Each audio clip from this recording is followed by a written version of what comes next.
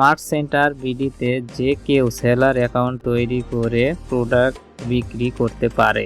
March centre BD থেকে product বিক্রি হলে সেলার থেকে মার্চ সেন্টার বিডি মাত্র 5% চার্জ নিয়ে থাকে, যেখানে অন্যান্য সব 10 থেকে 15% চার্জ নিয়ে থাকে।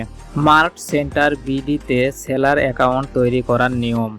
প্রথমে বলে রাখি, মার্চ সেন্টার বিডিতে যে প্রোডাক্ট আপলোড করবেন তা পিএনজি, জেপিজি, জেপিইজি ফাইল চলবে না, ওএফপি ফাইল হতে হবে। কিভাবে পিএনজি, জেপিজি, জেপিইজি ফাইল থেকে ওএফপি ফাইল তৈরি করবেন সেটাও ভিডিওর মধ্যে দেখিয়ে দেওয়া হবে। প্রথমে মার্চ সেন্টার বিডিতে কাস্টমার অ্যাকাউন্ট তৈরি করতে হবে। প্রথমে আমরা মার্চ সেন্টার বিডির ওয়েবসাইট বা অ্যাপসের ভিতরে ঢুকবো। সবার উপরে 3 বার মেনুতে ক্লিক করব। এরপর এখানে ইমেইল, ফার্স্ট নাম, লাস্ট নাম, পাসওয়ার্ড এবং কনফার্ম পাসওয়ার্ড, এরপর প্রাইভেসি পলিসির উপরে টিক চিহ্ন দিব। এরপর সাইন আপে ক্লিক করব। এখানে সেভ করে দিব। আমরা আবারও 3 বার মেনুতে ক্লিক করে কাস্টমার অ্যাকাউন্টে যাব। নিচের দিকে দেখুন বিকামে ভেন্ডর লেখা আছে, এখানে ক্লিক করব। এরপর আপডেট অ্যাকাউন্ট টু ভেন্ডর, এখানে এসে শপের নাম এবং মোবাইল নাম্বার লিখে টার্মস অ্যান্ড কন্ডিশনে টিক চিহ্ন দিব। এখন বিকাম এ ভেন্ডরে ক্লিক করব। এরপর লেটস গোতে ক্লিক করব। এখানে স্টোর সেটআপ দিব। সবগুলো ঘর পূরণ করে খালি ঘরে টিক চিহ্ন দিব। এরপর কন্টিনিউয়ে ক্লিক করব। পেমেন্ট অপশান সেটআপ করব। প্রথমে অ্যাকাউন্ট হোল্ডারের নাম, এরপর অ্যাকাউন্ট সিলেক্ট করব।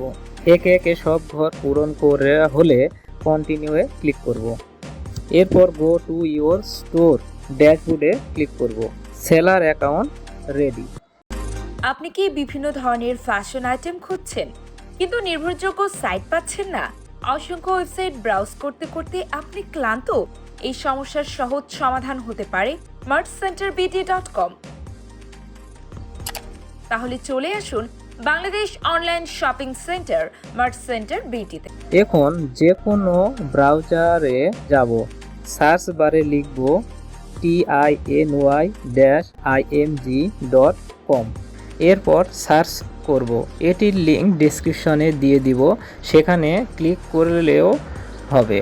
এই সাইটের মাধ্যমে পিএনজি, জেপিজি, জেপিইজি ফাইলকে ওএফপি ফাইলে কনভার্ট করব।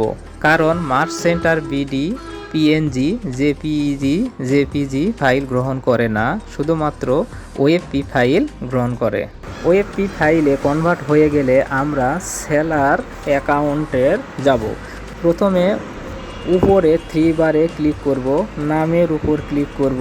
এরপর গো টু ভেন্ডর ড্যাশবোর্ডে ক্লিক করব। এরপর নিচের দিকে অ্যাড নিউ প্রোডাক্ট এ ক্লিক করে প্রোডাক্ট আপলোড করতে পারেন। আমি উপর থেকে করে দেখাচ্ছি। 3 বারে ক্লিক করব। এরপর প্রোডাক্টে ক্লিক করব। এরপর অ্যাড নিউ প্রোডাক্টে ক্লিক করব। এখানে প্রোডাক্ট আপলোড করব। প্রোডাক্ট আপলোড করা হয়ে গেলে এখানে প্রোডাক্টের টাইটেল দিব। এখানে প্রোডাক্টের সেল প্রাইস, এখানে প্রোডাক্টের প্রাইস লিখব। নিচে প্রোডাক্টের ডিসকাউন্ট প্রাইস দিব। এরপর ক্যাটাগরি সিলেক্ট করব। প্রোডাক্টের ট্যাগ দিব। এরপর শর্ট ডেসক্রিপশান দিব।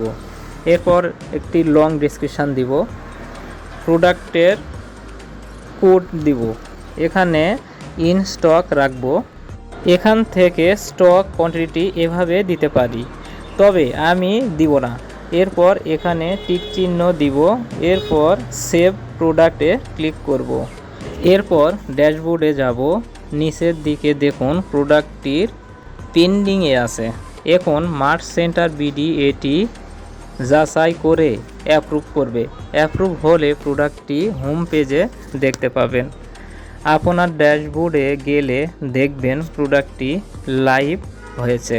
কাস্টমার প্রোডাক্টের উপর ক্লিক করে বাই নাও বা অ্যাড টু কার্ট করে অর্ডার করতে পারবে। এখান থেকে আপনার শপের নাম দেখতে পারবে, সেলারের ডিটেলস দেখতে পারবে আপনার কাস্টমার। আশা করছি এই ভিডিওটি আপনাদের উপকারে লাগবে। এতক্ষণ ভিডিওটি দেখার জন্য আপনাদেরকে ধন্যবাদ। বিস্তারিত জানতে আমাদের মার্চ সেন্টার বিডি ফেসবুক পেজে মেসেজ দিন। March centre BD Bangladesh shopping centre.